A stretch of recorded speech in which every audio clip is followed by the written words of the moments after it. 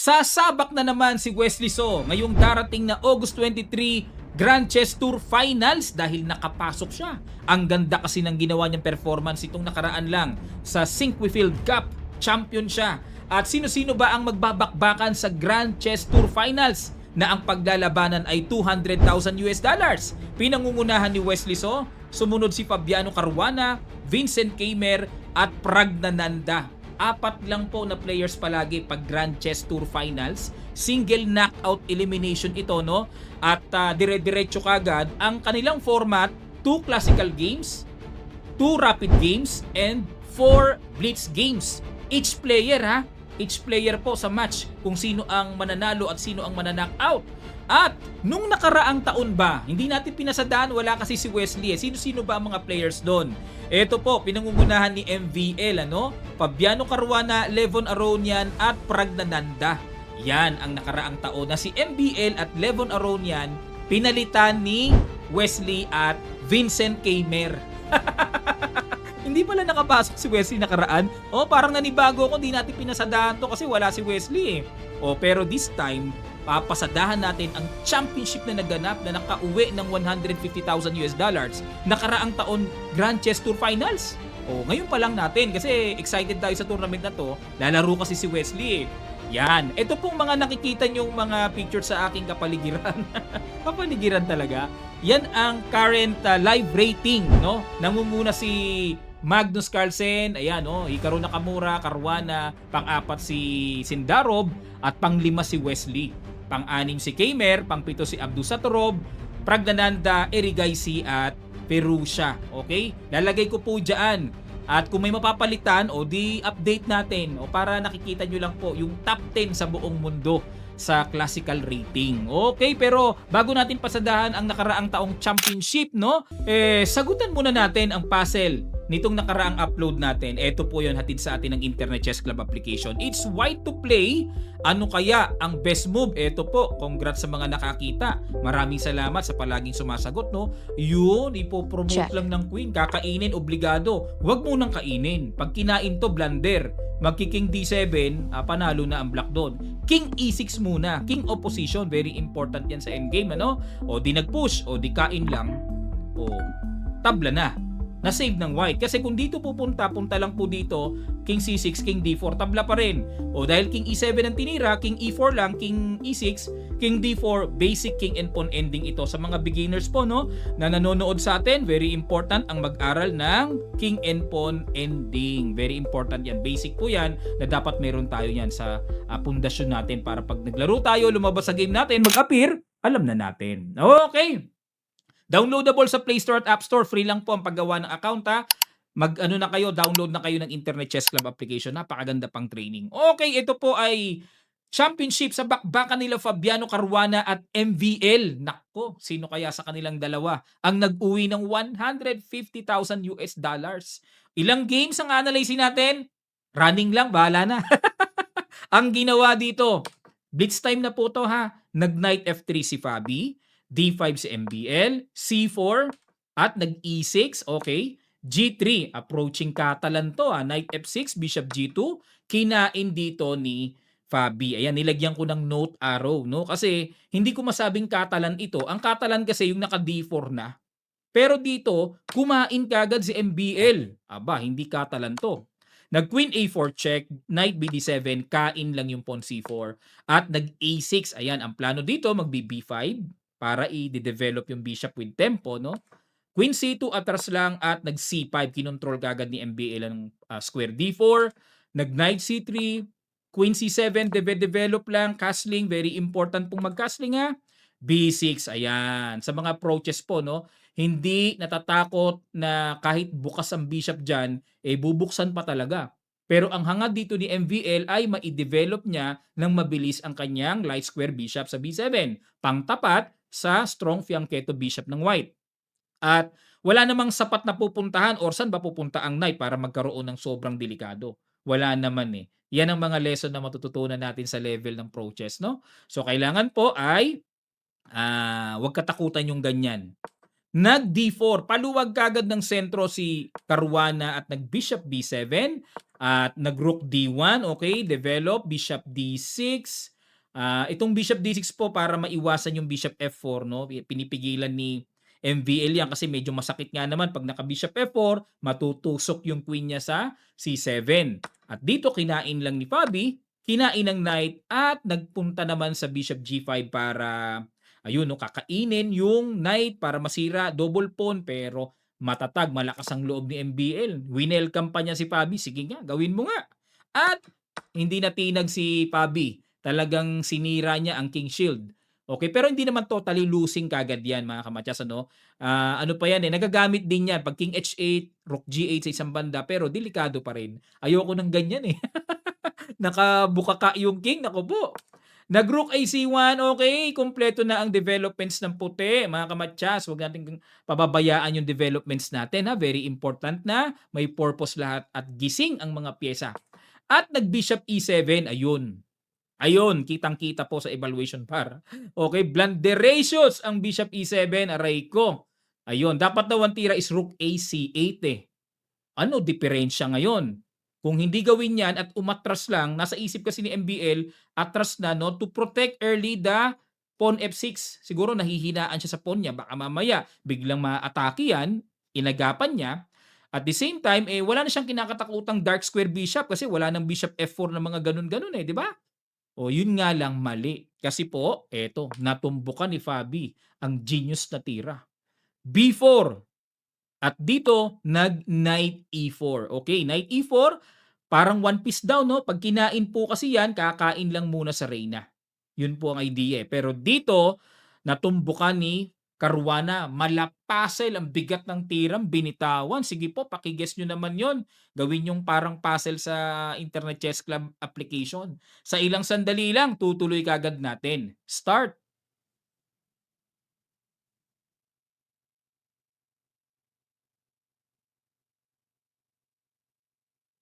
Maraming salamat po mga kamatyas. Grabe, congrats sa mga nakakita. Kung nakita nyo to, bigat ang tira nyo. Knight D5. Got mabi. Tineret lang ang queen at bishop. O tapatan din ng reyna. Yun nga lang, pag kinain ng queen, may kain dun sa bishop, naka-check pa. O kaya dito, nag-queen D8 lang si MBL na pilitan dyan. At kung tutusin, no, kain yun, queenless na, no? O pero, medyo solid pa rin ang black no kahit queenless Kaya ang pinili dito ni Caruana yung knight. O, ganda, no? Very flexible, ano? Sa iba yon eager na, oy, queenless na to, boom! O, pero pwede pa rin, tingnan nyo evaluation bar. Pag kinain ng bishop, boom! O, pwede pa rin. Hindi lang pinasok pala ni Fabi, parang tamang duda rin siya Baka mamaya, dahil may bishop pair nga naman, solid, pero queen B3 lang daw ang tira, tapos pupunta dito. Yan ang nakikita ko sa papasok doon, no? Et cetera, et cetera. Pero dito po, winning talaga puti rin Hindi ginawa yan, balik tayo, hindi ginawa Ito ginawa sinimplihan lang ng kain, no? Kinain yung, okay, bakit naman? Kasi kung bishop ang pangkakain, pupunta, check dito, sabay may E4. Okay. Okay, pag kinain po ng bishop, paki-imagine, may check, tapos E4. Okay po? Kinain ng pawn, and then check, gumanon, at nag-queen H5. Ayan, queen H5. At ayun, may pangit na pawn, isolated, yung bishop, barado. Pangit pa yung pawn structure, nag-rook G8. Aba, teka muna, pinapakain yung pawn.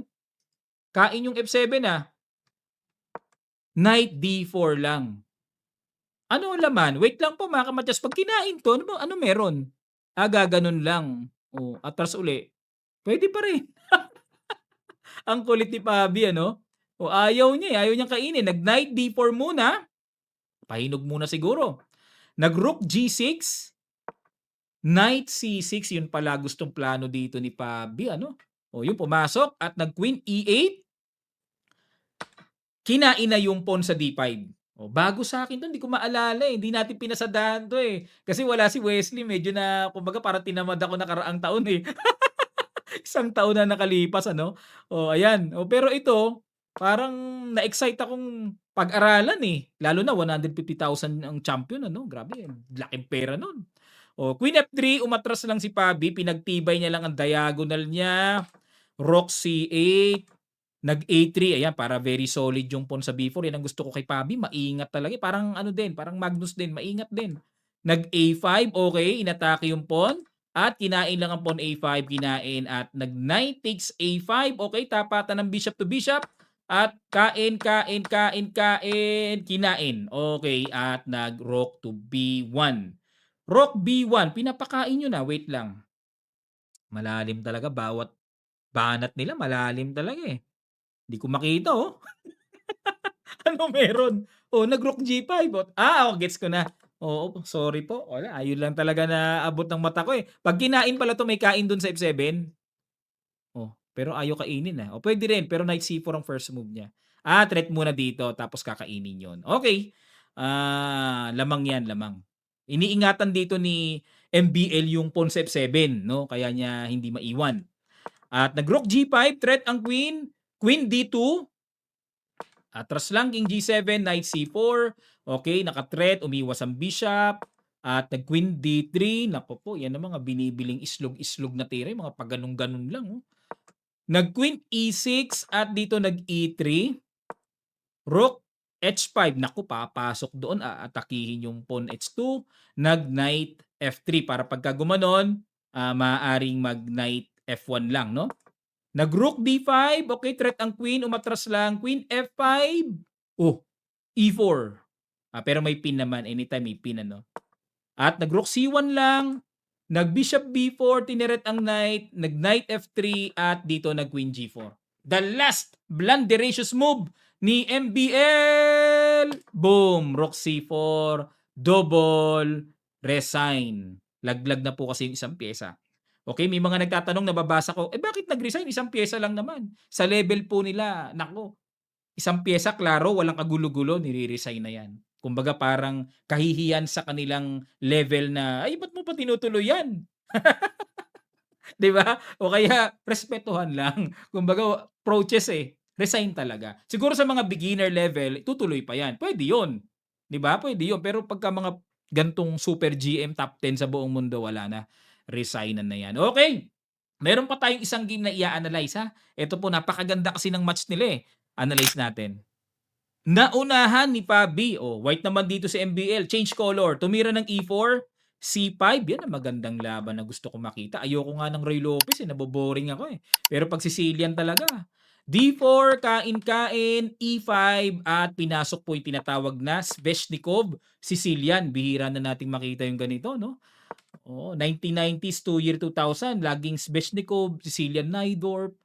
A6, ayun, tineret ang knight, umatras, and nag-knight F6. Develop bishop G5 pin. Yan talaga ang bookline dito, no? Linyado, B5, idea is magbi-B4, ifo-fork, double, at kinain na yung knight, kinain ng pawn, talon ang knight, and nag-F5. Ayan, okay. Kasi dito po sa linya na to, sa theory nito, nado-double pawn, pero pagka pinush, napapalit din naman. Nag-bishop D3, develop, at nag-bishop E6, castling, kinain, kain, at nag-knight E7, threat ang pawn, at nag-C4 lang. Okay. Grabe. Napaka parang natatakot ako sa side ng black dito, no? Kasi ipit-ipit pa eh. E4, inatake, bishop E2, bishop G7, nag-develop with attack. Okay, at dito po nag-queen D2. Ayan, di pa makasabay ng kain dun eh. 'Di ba kasi may bitin pa. So, para maproteksyonan, queen D2 lang. At kinain na yung pawn C4, knight takes C4, at nag-castling. Queen F4 ang ginawa ni MBL. So, parang pressure lang. At nakikita ko po dito, knight E3. Ayan, yung mga ganyang klaseng atake. Pag kinain to, may kain doon. At the same time, may threat din sa pawn D6, no? Nakipagsabayan na si Pabi. Kinain na rin ng pawn F5. Yun ang pinili. Ayun, no? Kitang-kita sa evaluation bar, oh. Knight E7, okay, binalikan ang queen. Hindi pwedeng kainin ng pawn. May D5, double yan, no? Madodouble. Queen H5 lang. Ayun, nagkaroon ng chance dito si Pabi na magka-solid center. Rook D1, pressure pin muna. F5, naku po. Ay ito, grabe, daming paparating. Ang lakas ng pawns ni Fabi. Nag B3, okay, para pag umalis ang knight, wala nang pitas-pitas ng pawn. Nag King H8 lang din, okay, prophylactic move, pag-iingat lang po sa diagonal, future attack. At nag G3, okay. Yung F4 square ba ang iniingatan dito? At nag-queen C7 na, okay, kakainin na, wala na yung pin. At nag-knight E3, threat ang pawn sa D5, nag-push D4. Grabe, kalakas ng... Kakaiyak yung pawn. Knight C4, oh! Oh! Ay, teka muna, may mahiwaga dun. May mahiwaga dun. Wait lang ha, wait lang. Wait laing. Pag D3, ha? Pwede rin ano? Kakainin lang kasi. Oh, pero one piece down na. Grabe si Pabi mahilig sa ganun ano, yung tipong meron na siyang i-hit. Napakaingat niya oh. Biruin mo nag-knight D5 lang. Pinakawalan pa yung isang pyesa. Pero goods sa goods pa rin. May talon dito, lalim talaga mag-isip ni Caruana. Ayun, Bishop G4. Bumalagbag. Okay, pag kinain to, may kain doon, may bawi, no? Knight E7 bumalik. Ha? O di nakatakbo na sa H3. Saka nag-rook D8, grabe, hinay-hinay lang, ano? Killing me softly, ika nga. King H1 at nag-rook D5, okay. At nag-rook FE1, rook C5. Naku, mukhang kakainin yata yung knight. Bishop G2, knight D5. Grabe, no? Nakita niyo po yung importance ng with very solid, healthy center. Yan, no? Tupad na tupad sa black, yung principal. Nag-queen G5 at nag-knight C3 pasok. Rook D2 depensa sa pawn at nag-F4. Grabe na ito. Parang siya na lang ang tumitira. Threat ang queen. Parang si Caruana na lang ang nagche-chess. Bakit ganun? Daling-dali si Caruana kay MBL ah. Yan pala dapat Wes ang tutularan mong diskarte. Pangbangga kay MBL. Hirap si Wesley dyan eh. Nag-queen G4. F3. Naku po. Bishop H3. Queen C6. Yun oh. Yun ang mga malalim. E3. Pagka kinain, may F2. Mga ganong discovered. Check na may atake. Queen E6. Ayan, hinamon kagad ni MBL ang queen bago ko ano pa ang mangyari, no? Kinain-kain at nag-push D3. Aray ko. Tingnan nyo pawn structure. Yan ang mga pang 150,000. Grabe. Ang laki ng premyo. Knight E3 at nag-knight E2. Rook DD1, nag-bishop D4. Naku po naman, halos lahat kanya na. Okay, Bishop C4, kinain na. Yun po ang plano nun eh, kaya gumanon. Hindi lang siya basta ambalang, ano.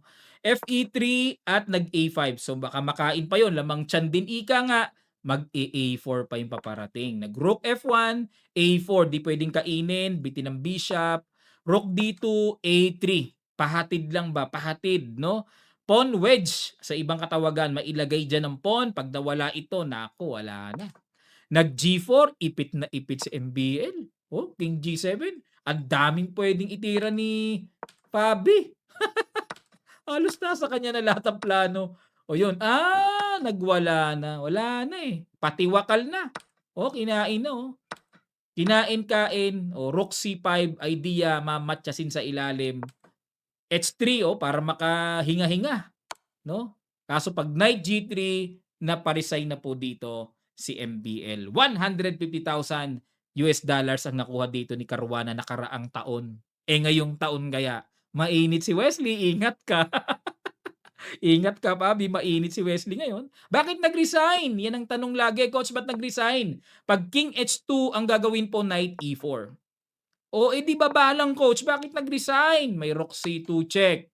Baba lang, coach, bakit nag-resign? Check. Mate kambing. Ayun. Sa Pro Chess, sa Elite, Super Grandmasters, pagtanaw na, hindi na po tinitira, nire-resign na. Sa level nila yon ha. Huwag natin gayahin. Baka mamaya, yung kalaban natin hindi naman ganong kagalingan baka di makita. Tuloy mo lang. 'Di ba?